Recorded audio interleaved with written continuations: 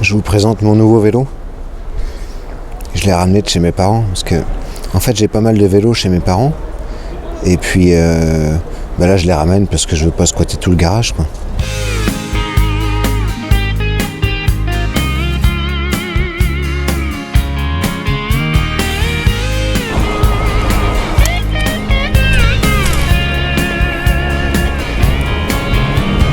J'en ai un autre là que j'ai ramené, mais comme on n'a pas de place chez moi, enfin chez nous, je l'ai mis sur un vide-grenier le long d'une barrière. Je profite qu'il y ait du passage pour voir s'il n'y a pas des gens intéressés.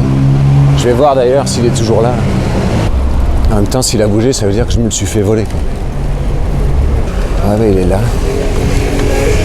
Il n'a pas bougé. Il est beau, je le vends 140 € en plus, c'est pas très cher.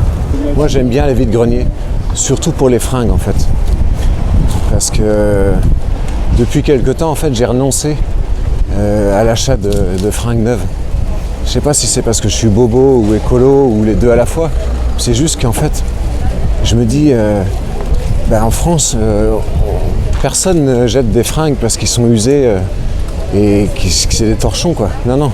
Les gens ils jettent des fringues parce qu'ils en ont marre et juste ils leur plaisent plus. Du coup, ce qui plaît plus à l'un peut plaire à l'autre. Et souvent moi je trouve des choses qui me plaisent. Puis en plus j'aime pas les magasins parce que plus il y a de choix, plus j'ai du mal à choisir. En fait, comme je suis quelqu'un d'indécis, ça me trouble. Alors que là, tu trouves un truc, il n'y a qu'une pièce, si c'est à ta taille, c'est bon quoi. En plus ça me permet d'éviter tous ces vendeurs qui te disent ah, vous voulez un jean? Ah, vous tombez bien, on vient d'en rentrer plusieurs, là, des nouveaux modèles et tout. Moi, j'ai juste envie de dire à ces gens-là, je me fous de ce que tu as rentré ou sorti, en fait. Moi, je veux juste un jean. Voilà. C'est comme ces vendeurs qui te disent, je vais plus avoir de 34.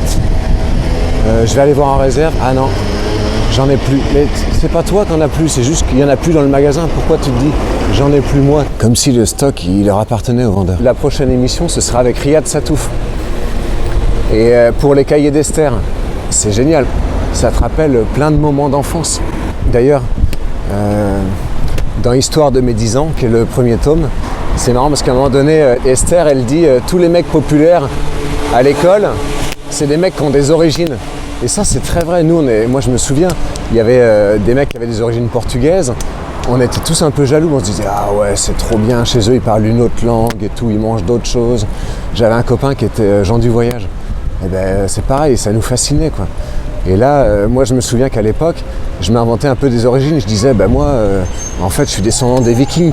Tout ça parce que j'avais un grand-père normand qui était roux quoi. Enfin il était roux, moi j'avais jamais vu ses cheveux parce qu'il n'en avait plus, mais c'est vrai que quand il y avait du soleil, ses poils ils étaient un peu roux quoi, sur les bras. Du coup je disais ça et j'étais fier quoi. Ça m'a rappelé ça. Il y a plein d'histoires en fait. J'aime bien une chanson de Renaud d'ailleurs par rapport à ça qui s'appelle Adieu l'enfance et qui résume un peu tous ces trucs là.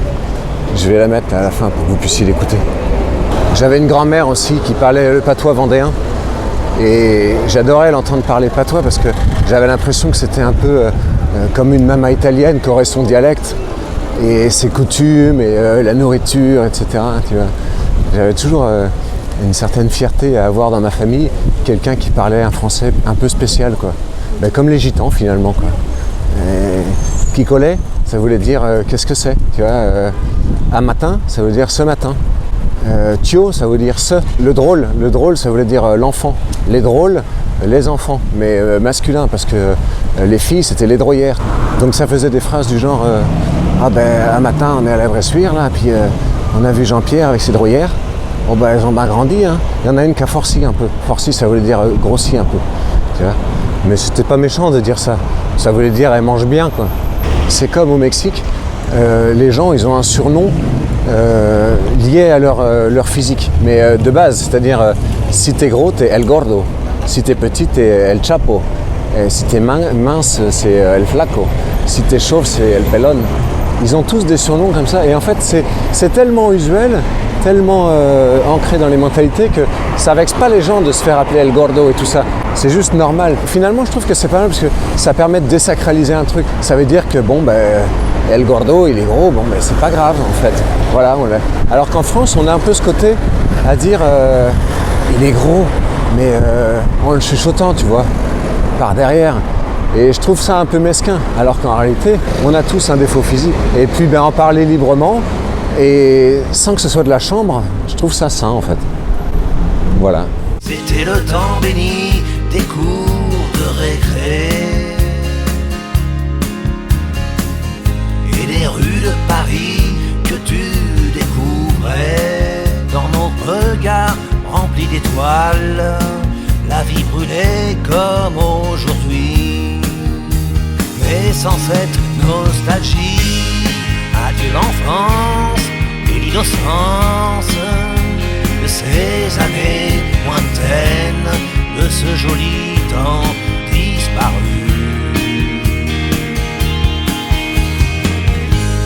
Où est l'insouciance de tes 10 ans qui ne reviendront plus? Qu'il est toujours cruel le temps qui s'enfuit. Rien n'est moins éternel que l'aurore de la vie. Mais dans ton petit cœur de femme, tes souvenirs sont une flamme, comme un phare dans la nuit. Adieu l'enfance et l'innocence de ces années lointaines, de ce joli temps disparu.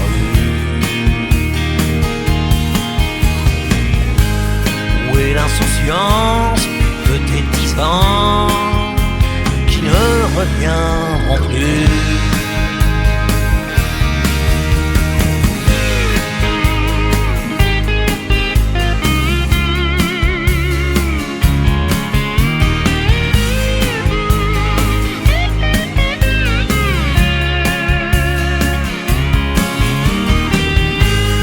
Ton existence, à l'évidence, a embelli la mienne et donné un sens à ma vie. Mais pas de chance, ta belle enfance est à jamais